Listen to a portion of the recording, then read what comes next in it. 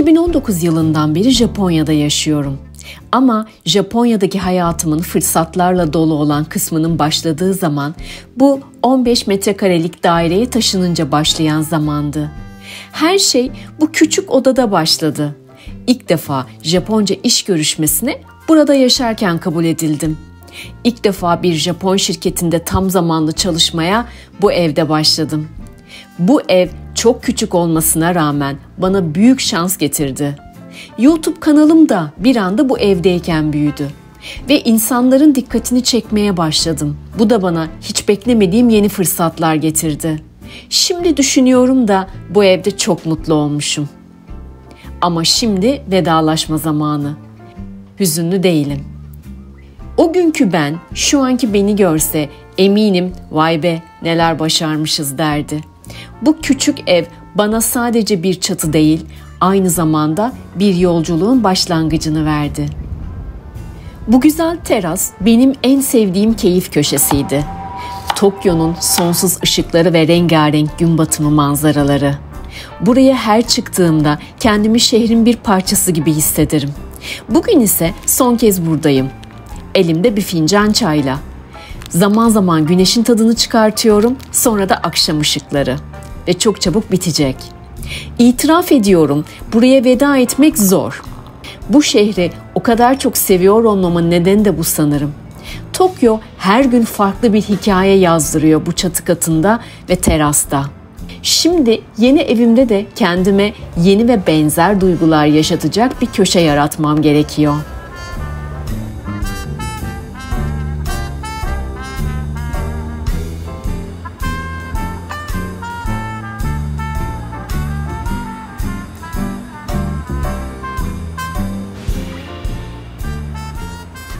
Şimdi size bir sırrımı veriyorum.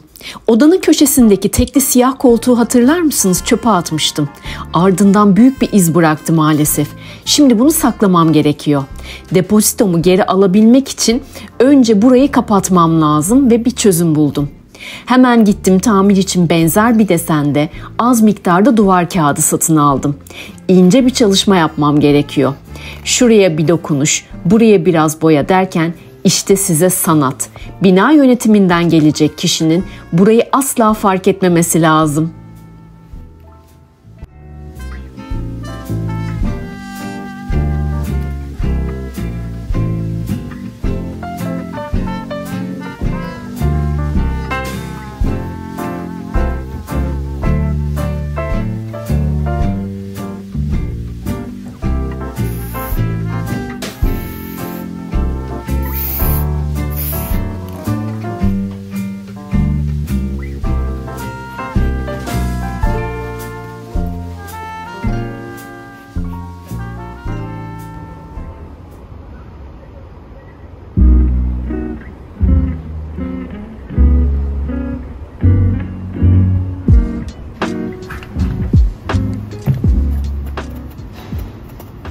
Bu evdeki son akşam yemeğim. Her gün ziyaret ettiğim fırından aldığım soğuk sandviçi yapmayı deneyeceğim. Yani yemek yapmıyorum. Bagel ekmek arasında tütsülenmiş taze somon balığı dilimleri, krem peynir ve sebzeler ile süslenen bir bagel sandviç yapacağım.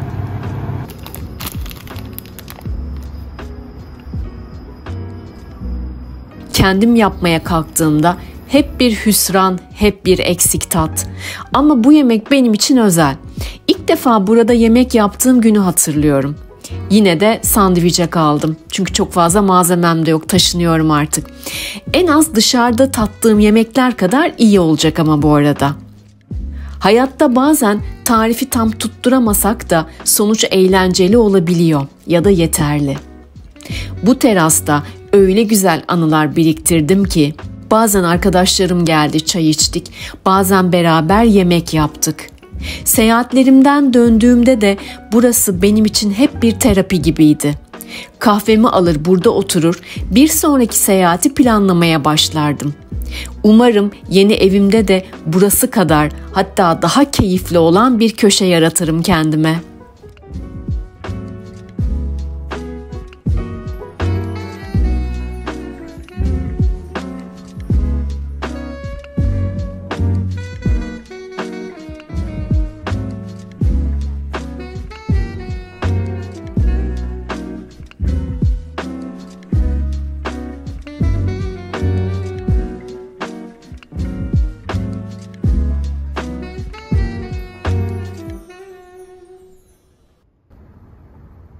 Şu kutulara bir bakın ve hurçlara. Her birinin içinde ayrı bir hikaye var.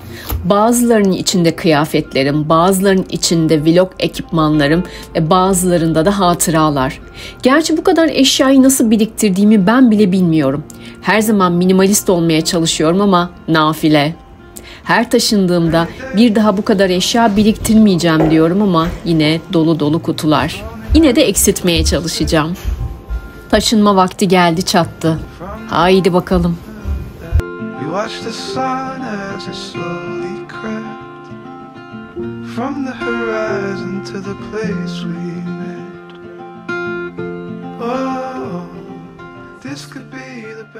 Şimdi depozitoyu geri alma temizliğinde sıra. Taşındım ama yetmedi. Aslında Japonya'da kiracılar bir evden çıkarken temizlik ücreti depozitodan kesiliyor. Bense mümkün olduğunca az kesinti yapılması için odayı çok fazla temizlemeye karar verdim. Yeni hedefim ilk günkü gibi bir oda geride bırakmak ve depozitonun büyük bir kesimini almak. Bu kadar özenli olmamın nedeni sadece depozitomu almak değil tabii ki. Buraya veda ederken minik bir teşekkür etmek istiyorum ve aynı zamanda geleceğe yatırım yapmak istiyorum. Her çıktığım evi mutlaka temizlerim. Arkamda temiz bir referans bırakmayı isterim.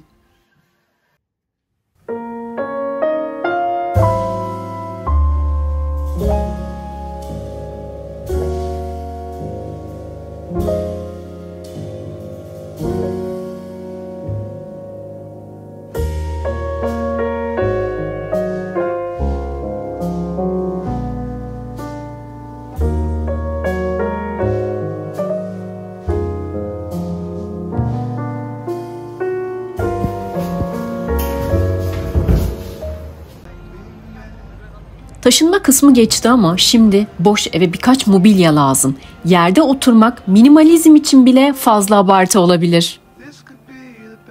Nitori ve Ikea gibi mağazalara gidiyorum. Bakalım bütçeme göre neler bulabileceğim. Mobilya alışverişi çok keyifli ama ben bu yolculukta kendi tarzımı kendi bütçeme uygun olarak bulmaya çalışacağım. Genelde açık renk mobilyalar seçmek istiyorum. Beyazlar, griler ve belki de canlandırmak için de sarı veya turuncu renkleri olabilir. Oh, this could be the best thing that I'll ever know. İlk olarak mutfak tezgahlarına bakıyorum. Aklımda tam bir üçlü hedef var. Yemek hazırlamak, çalışmak ve tabii ki salonla mutfağı ayırmak. Yani bu tezgah tam bir işlev patlaması olacak. Hem ofis, hem masa, hem de oda ayracı olarak. Hatta belki arkadaşlarım geldiğinde bir mini bar havası bile katılabilir. Görünüşe bakılırsa hayalimdeki tezgah tam bir her şey için bir şey olmalı. Ama bir yandan da düşünüyorum, acaba bu kadar fonksiyonel bir şey bulursam hayatım daha karmaşık olur mu? Bilmiyorum. Yüksek tezgahın başına geçip deniyorum. Elimi tezgaha koyup bu yükseklik tam mı yoksa az mı diye düşünüyorum.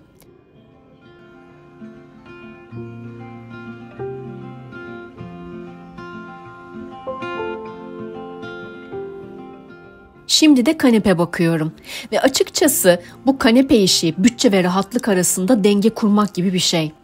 Şuradaki kanepeye oturuyorum ve test ediyorum. Peki ya diğeri? Bir gün 8 saat boyunca oturup dizi izlediğimde benimle uyum içinde olacaklar mı? Yanıma birkaç tane yastık koysam dar olur mu? Ya da rahatlık hissi? Ya da seyahatlerimden döndüğümde yorgunluğumu atmak için hangisi daha iyi olur? Aslında çok açık renk arıyorum, bembeyaz. Beyaz koltuklar bütçemin oldukça üzerinde.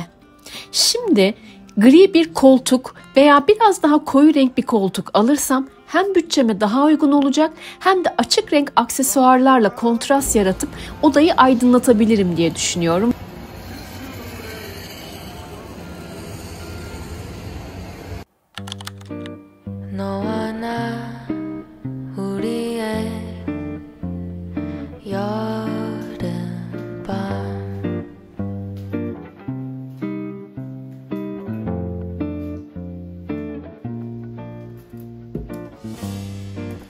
그 세 글자 네 눈에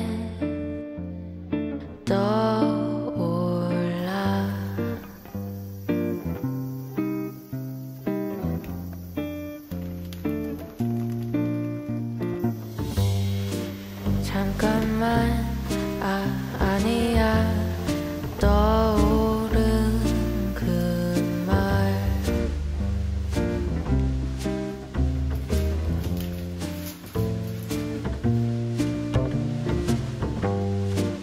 오늘은 그 말을 하기 싫어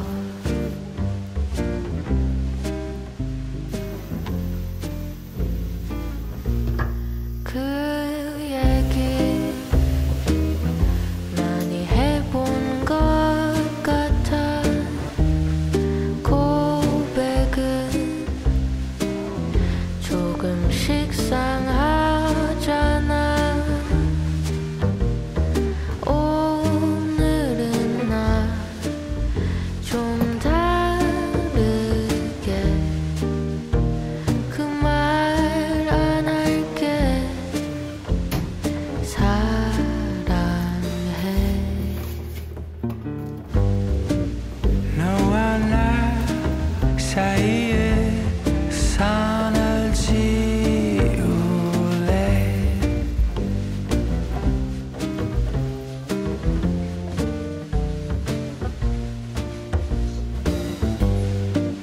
그러면 그 말도 필요 없는 걸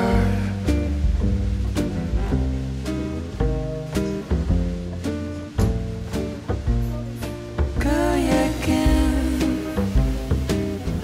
많이 해본 것 같아 고백은 조금씩 상하잖아 오늘은 나 좀 다르게 그 말 안 할게 사랑해 그 말보다 더 느낄 수 있게 보여줄게 너 사랑해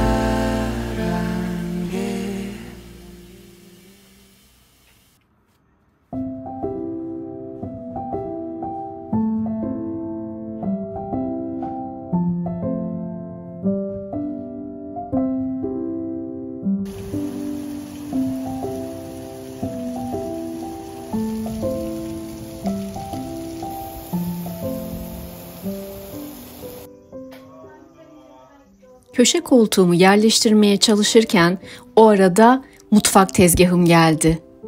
Mutfak tezgahını sipariş verirken kurulum kısmını da sipariş vermeyi unutmuşum. Ve tekrar gelmek gerektiğinde de en az 3 hafta beklemem gerektiğini söylediler.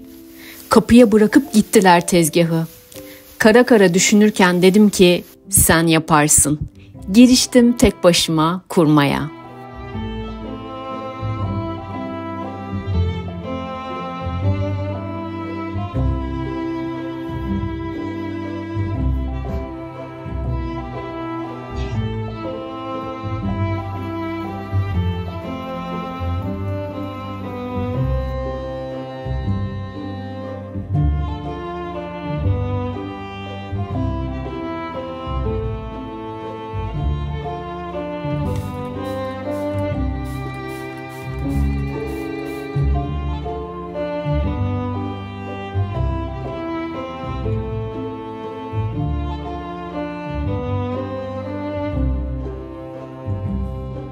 Ve çamaşır makinesi.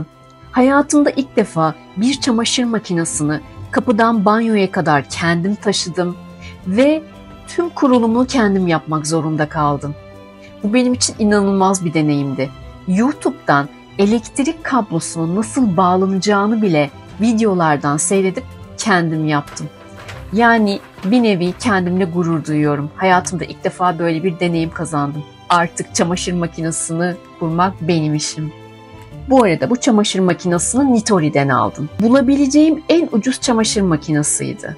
Yeni nesil makinelerden farklı, tam otomatik bir çamaşır makinesi, Nitori tarzında, biraz eski tarz. Geleneksel tarzda bir çamaşır makinesi ama günümüz çamaşır makinelerinin yapabildiği her şeyi yapabiliyor. O yüzden de çok memnunum. Hem çok ucuza hem de çok güzel bir çamaşır makinesine sahip olmuş oldum.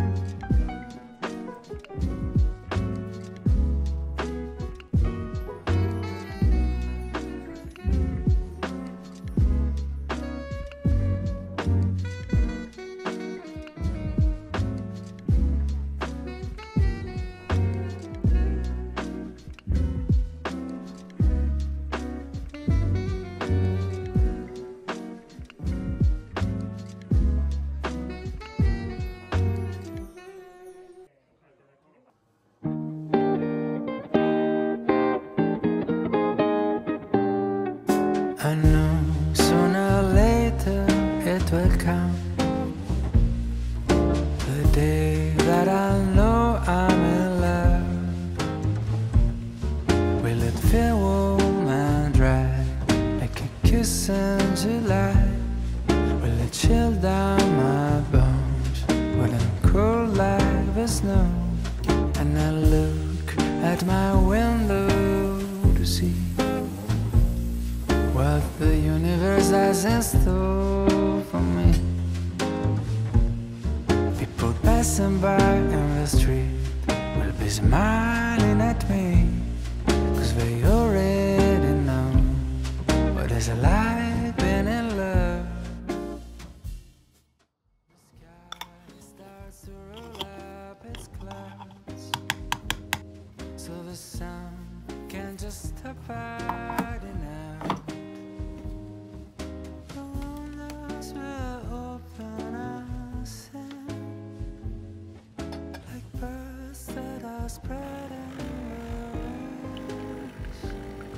So every night I stare at the moon just to check if she's still looking blue. Don't know who you are yet, you seem a bit hard to get, but I know you're out there. I just wait for the day where the sky will spread open its clouds, so the sun can just stop hiding out. The windows will open and sing like birds that are spreading their wings. And I spot you right across the street, like a song that is playing just for me.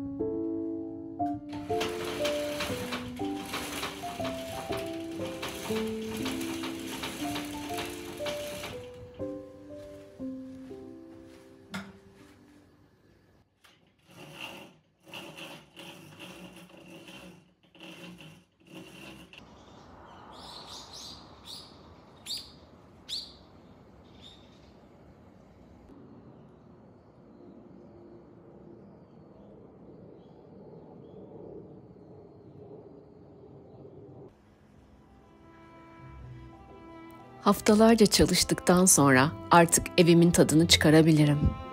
Belki hafif demli bir çay ya da sabah kahvesi. Sonra güzel bir kahvaltı ile yeni hayata başlayalım bakalım.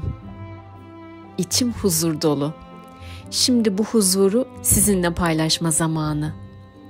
Bu ev sadece benim değil, aynı zamanda sizinle paylaştığım bir sahne gibi. Sizden gelen destek burayı daha da özel kılıyor. Bu köşeyi şimdilik boş bırakıyorum. Gereksiz eşyalar ile doldurmaktansa biraz boşluk her zaman iyidir. Şimdilik böyle kalsın. Burası sadece bir ev değil benim için, bir durak noktası olacak. Seyahatlerimin arasında kendime yeniden dönmek için bir alan ve o boş köşeye bazen ihtiyacım olacak.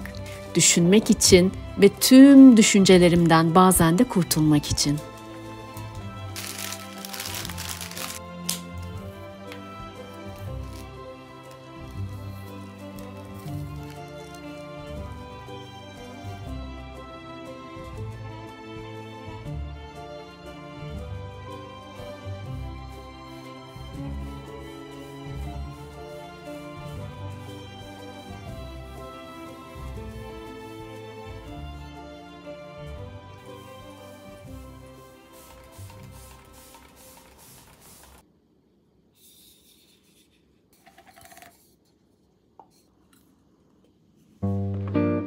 너와 나 우리의 여름밤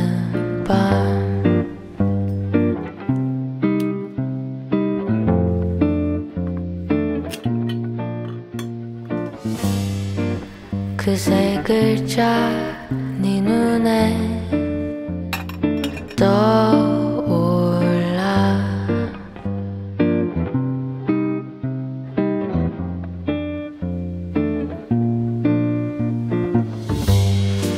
잠깐만 아니야 떠오른 그 말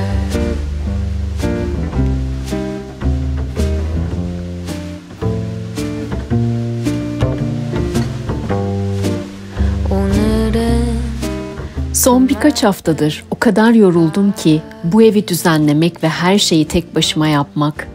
Şimdi yorgunluktan boş boş duvarlara bakıyorum.